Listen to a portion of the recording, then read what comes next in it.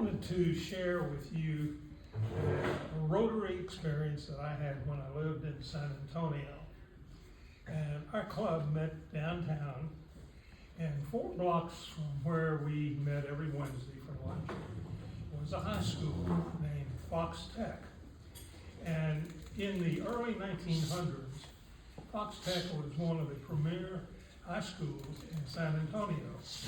Their list of graduates included more doctors, lawyers, politicians, clergy, businessmen than any of the other schools, and also 2 ambassadors. But by about the mid-1900s, population was moving to the suburbs, and Fox Tech was going down, down, down, to the point that it was at the bottom of all of the schools in San Antonio. And as a last-ditch effort, they brought in a woman to be the principal by the name of Joanne Cockrell. And I've often said if Harvard Business School ever wants a case study of a turnaround to study, they need to go see her and what she did at Fox Tech. It was amazing. That's another story for another time. But she came to our Rotary Club and she said, would there be some members here that would come and mentor with some kids in my high school? So there was a group of us that went there, and she told us, she said, this is making a commitment to come every Wednesday or every once a week for 1 hour to meet with your young man or young woman. So I got involved in doing that, and when I went to Fox Tech, started working with them, it was probably 80% Hispanic, 10% Black. A large percentage of the students came from single-parent homes, and quite a large percentage of the young girls had babies or were having babies. And Fox Tech set up a daycare center and a nursery in the school for these girls so they could continue their education. So that's kind of a picture of where I came into Fox Tech.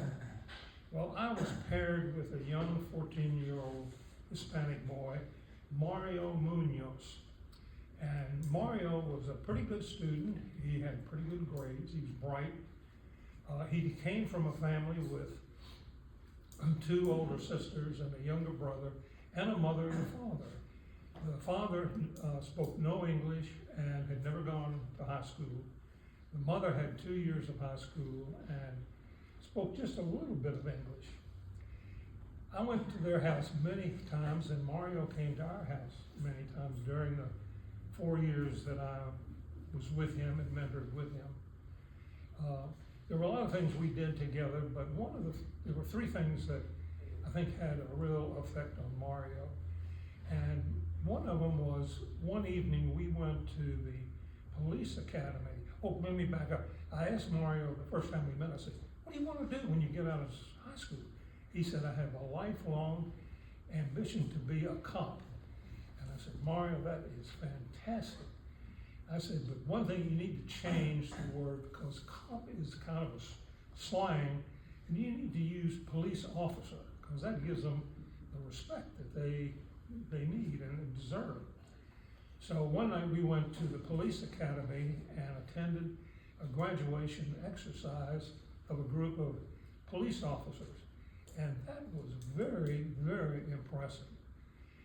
Another thing we did together, there was a university about 40 miles from San Antonio that reportedly had one of the best criminal justice programs in the country. And Mario and I went up one afternoon, spent an afternoon there, toured the campus, met students, spent time with the admissions people, and to see if Mario could qualify, and to what kind of scholarships, financial aid might be available for him. It was more than enough to pay for his tuition and board there at the school.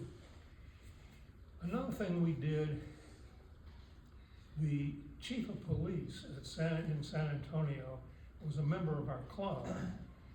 And I called him and I explained to him about Mario, and I said, would you have time for us to come and visit you? And he said, I would love it. So we set an appointment, and Mario and I went down. And after and the chief was Hispanic and graduated from this school 40 miles away with the criminal justice. So after about an hour with the chief, I was really getting nervous because this guy is chief of police of a city, the 7th largest city in the United States. I mean, he's a busy man. And as we got ready to leave, the chief went over to a cabinet and he came back with a little replica of a police badge. And he pinned it on Mario and said he was making him an honorary member of the San Antonio Police Force.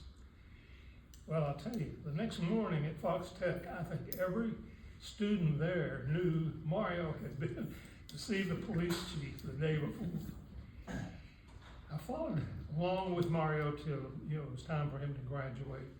And this was about the time that we were moving to Mount Pleasant. We did go to his graduation and kept touch with Mario for a while after that. Shortly after high school, he fell in love with a young Hispanic girl. They had a baby. He sent us pictures of both of them. And the last I heard of Mario in our communication, he was working at a pretty responsible job in the maintenance department of a hospital in Houston. So there have been many times I've looked back and thought about Mario and our time together, and I feel like that the time we spent, that I made some influence on his life, and he certainly made influence on mine.